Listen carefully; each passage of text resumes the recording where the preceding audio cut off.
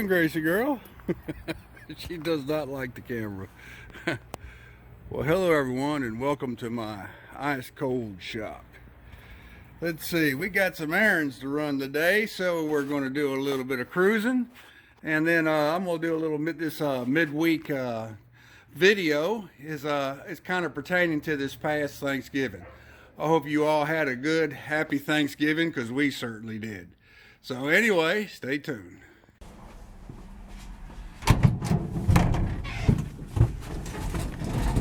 Well, let's get this cold thing started up. Let's see.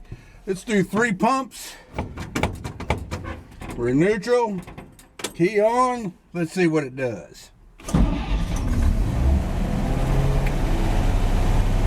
Gotta love them automatic chokes. We better turn that down a little bit. All right then. Pull it out here and let it warm up while I load up some of the stuff I got to take to the dump.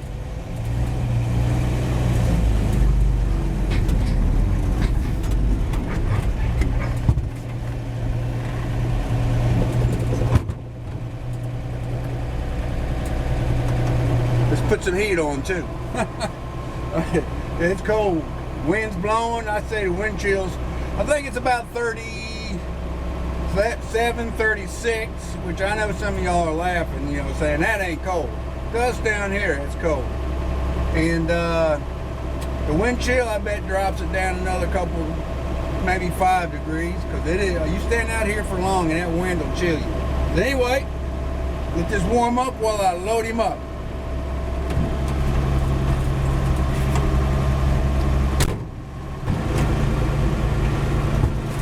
Ooh. Feels nice and warm in here. I'm sitting at the fan at the medium. So, let's see, where's my jams at here? Okay, right there.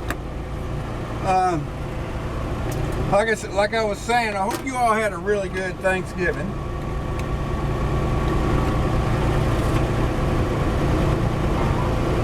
Because we certainly did.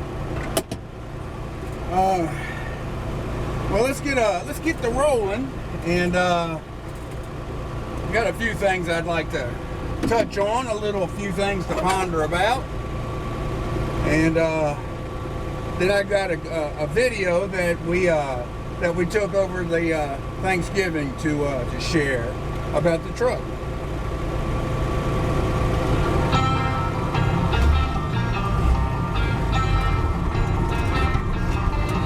It can run you out, and he's still a little cold.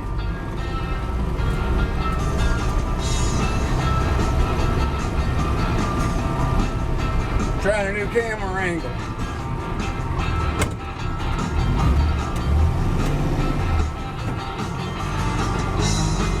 A lot of traffic this morning. More than likely, a light just turned green way down yonder. Takes it a while to snake its way this far. Come on, hot rod.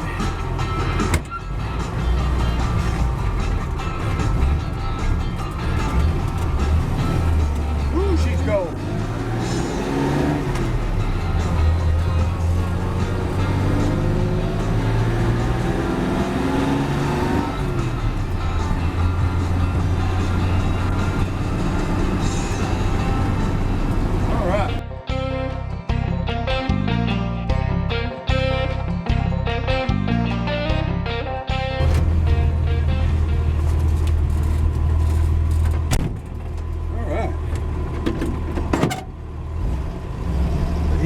Run me out already.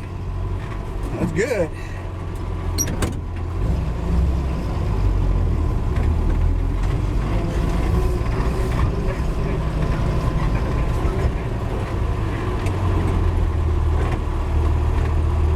All this traffic coming from today.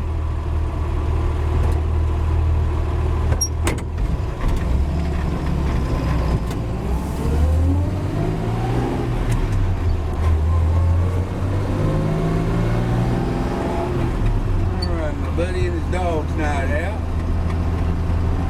wouldn't have thought they'd have been out today. Turn that fan off for a little. Well, let me see. I'm going to try my temperature control. All right, let's turn him down. All right. I hope y'all had a good Thanksgiving. We did. You know, when me and the wife first got married, we used to have to go to 2 different houses on Thanksgiving. We'd eat early, then we'd eat later, because we'd have to eat at both our parents' place. And we did that for years and years.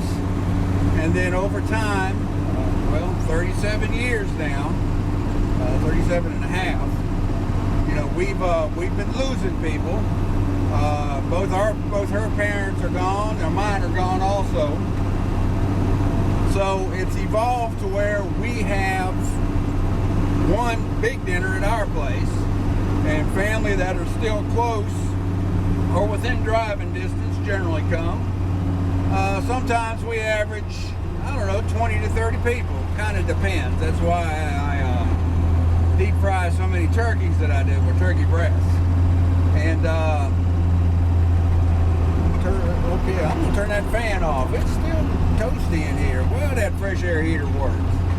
But this time, on this occasion, well, really not just this occasion, but my wife's people, they're really dwindling quite a bit. And she had 2 cousins. One of them is Doyle, and Doyle is the son of the original owner of this truck. He, I believe he's 80 or getting real close to it. And he brought me some original paperwork that he had found. The original bill of sale, the note that paid off the truck. Because when Glee bought this truck, he put money down, then signed a promissory note, and he made that payment in one payment about a month later, I believe, and paid the truck off.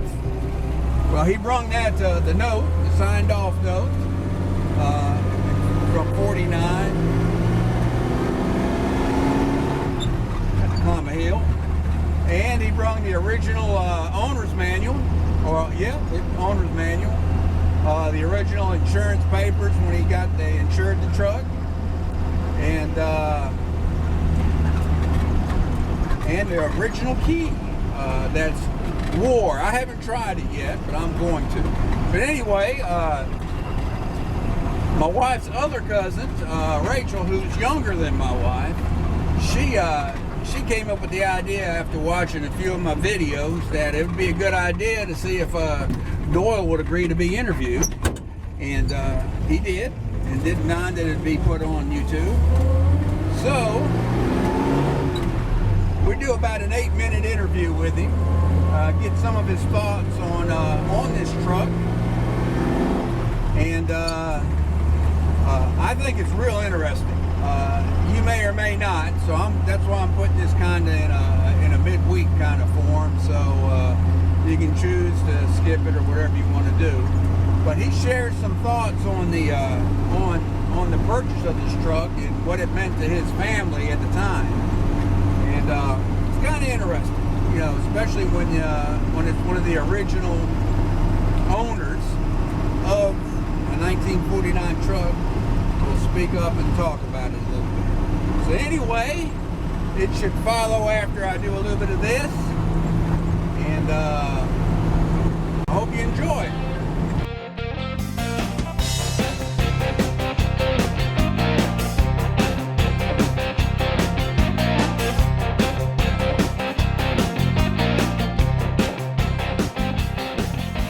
Again, this is Rachel, and this is Doyle, and they're going to tell us a little story here.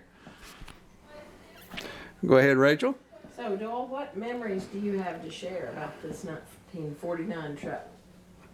Oh, I have a lot of love for that truck. I remember we bought that truck. My dad had sold us tobacco crop at Tazewell. And on the way, after we'd gotten the check, he would come down the street there, and we spotted his truck sitting outside. And we didn't know it was for sale because it was during the times that after the war you couldn't hardly buy a truck. But anyway, we went inside and my dad bought it, and it cost $1,422, and he liked $600 to have enough to pay for it, so he just signed a promissory note, borrowed the money, and went back within 10 days, I think it was, and paid for it. And it became a member of the family for years and years and years. And we used it on the farm, we used it to ride to church, to ride to the doctor's office, and wherever. And my mother, who was teaching Bible school at Local Church, believe it or not, she drove that truck up Locust Grove Ridge. Amazing. And but I have a lot of fond memories about the truck. We used it for everything. And all of us boys learned to drive that truck. That's where we learned to drive. And so did my mother. She'd never driven a truck. And then after we all left home, and my dad moved to the city, and he worked for the watch stores, he kept that truck and stored it in the basement of a house they built out there in Quarrington, on Baker's Road. And then from that point, after the family passed away, I got the truck and kept the truck, and we gave it to our daughter, her granddaughter, Brittany Long. And then it was stored in Wayne Coffey's garage. That would be Brittany's other grandparents over in Tasman. And from that point, one time we decided to sell it, and so Brittany sold the truck to David Uline. And now he's been fixing it up and doing all work on it. We always maintained the truck for sale. And I don't know if anybody had ever worked on a truck except us. We learned to work on a simple truck. And it's a lifelong memory, and I don't think it'll ever wear out. But David, he's been working on it, taking good care of it, and I'm glad he's got it. It'll always be a memory for us, a good memory. You brought in some treasures. Tell them what treasures you found today. Okay, I'll say this, I did bring in some treasures. The original book that come with the truck, I found it. We had to store it at the bank. And the original bill of sale, and some license information, the title, I believe, and a few other things. And one of the original keys was in the envelope that was in down the bank, and also 2 or 3 parts of which I believe David pointed out was a gasket that goes to the rear axle in the truck somewhere or other. So anyway, it's got a lot of history behind it, a lot of hard work. We used to haul tomatoes and different kinds of crops to the market on it, tobacco to the tobacco warehouse. And it really had a good, hard life. But it's a loving truck to keep. I'm glad David's got it. Now it didn't come with a heater. You and Glee installed that heater, isn't that right? Yes, we did. It's an Arvin heater, I believe, and we got that heater for years. We didn't have a heater on it. We got that heater put on it. Yep. It's a matter of fact, I've pulled that heater out, and I'm actually going to be putting that in another 49 truck soon. I'm in the process of doing that, but just a testament to the heater. It's still the original core, still the original electric motor, fan motor, and it still works. It would run me out of the cab last winter, the last time I used it. Amazing. Oh. One thing I noticed, I was trying to improve the oil pressure on the old 216 engine, and when I dropped the oil pan and dropped the main bearings, I noticed that the the shims are already gone. So it looks like either Glee or you or maybe or one of your brothers may have got into there and did that already. Do you recall that? Don't remember that, but we did most everything on it. You could take a piece of baling wire and fix things back then, you know. Keep it going. Yeah. I don't remember that specifically, though. What are those noises? Well, we were looking at some videos I did, and we cruised around down Tater Valley where y'all are from.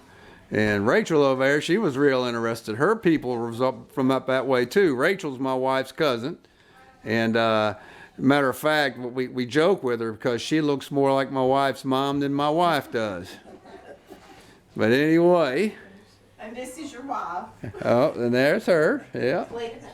Thanks, kid. So good deal. Well, let me tell you, I'm that truck is my favorite vehicle. I'm just so happy to have that truck. I'm glad y'all decided to sell it to me.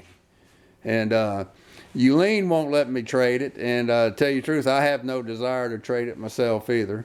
I do want to make it look like it did when Glee drove it off the showroom floor one day, but I'm enjoying driving it too much to do anything too serious to it. So anyway, well, Doyle, thank you, sir. I appreciate your sharing some of your story with us on that truck. Well, there's a lot of stories we could share, and it was always a lifesaver for us. And a lot of people in the valley that didn't have a truck. Well, good deal. And I'm glad you had it. All right. Well, again, thank you, sir. And did you get full for Thanksgiving? Too full. Too full. It's time to again. Trying to drink some water to take it all down and out. Well, very good. All right, then.